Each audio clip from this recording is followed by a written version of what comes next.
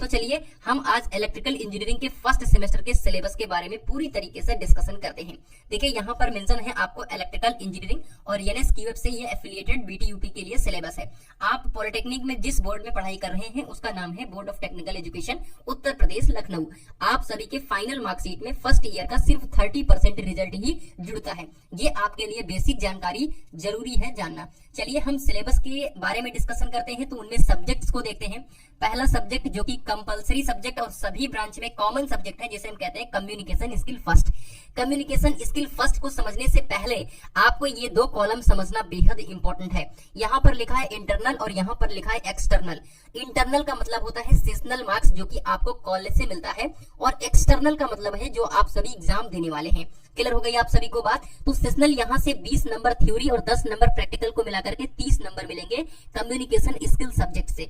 अब क्या इसका थ्योरी और प्रैक्टिकल पेपर होगा? जी नहीं, कुछ नहीं होगा। सिंपली आपको 30 में से जो भी 90% बनेगा आपको मिल जाएगा। वो मिलेगा कैसे? आपकी अटेंडेंस के ऊपर, आपके क्लास के रिप्रेजेंट के ऊपर मिलने वाला है। ठीक है, अब हम बात करते हैं एक्सटर्नल, यानी जो आपका थ्योरी एग्जाम होगा। तो 50 नंबर का थ्योरी एग्जाम, 2.5 घंटे का पेपर, यहाँ से 20 नंबर प्रैक्टिकल के भी मिलने वाले हैं। ठीक है, और आपका ओवरऑल एक्सटर्नल 70 और इंटरनल 30, तो ओवरऑल 100 नंबर मिलते हैं कम्युनिकेशन स्किल से।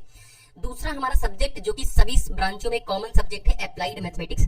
यहाँ पर प्रैक्टिकल नहीं होता, आपको पता है प्रैक्टिकल नहीं होगा। ठीक है, तो 20 नंबर सेशनल के जो कि इंटरनल से हैं, और 50 नंबर का जो पेपर होगा 2.5 घंटे का, उसको मिलाकर के ओवरऑल 70 नंबर मिलेगा।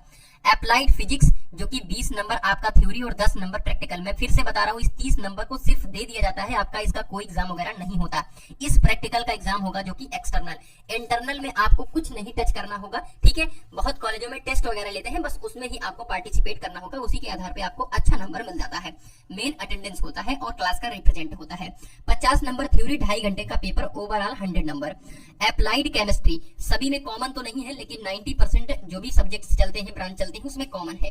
ठीक है, यहाँ से भी 20 नंबर थ्योरी और 10 प्रैक्टिकल को मिलाकर के 30 नंबर इंटरनल और 70 नंबर एक्सटर्नल, जो कि 50 नंबर का पेपर, 2.5 घंटे का पेपर और 20 नंबर प्रैक्टिकल के, ओवरऑल 100 मिलेंगे। ठीक है, इंजीनियरिंग ड्राइंग जो कि आपका प्रैक्टिकल सब्जेक्ट तो है, लेकिन यहाँ पर प्रैक्टिकल्स होते नहीं है, तो 40 नंबर थ्योरी के पूरे मिलेंगे, और थ्योरी में ही आपको प्रैक्टिकल की तरफ पे, मतलब आपको पेपर शीट पे बनाना होगा। पेपर जो होगा 60 नंबर का, वो भी 3 घंटे का पेपर होगा, तो आपका 100 नंबर यहाँ से मिलेगा।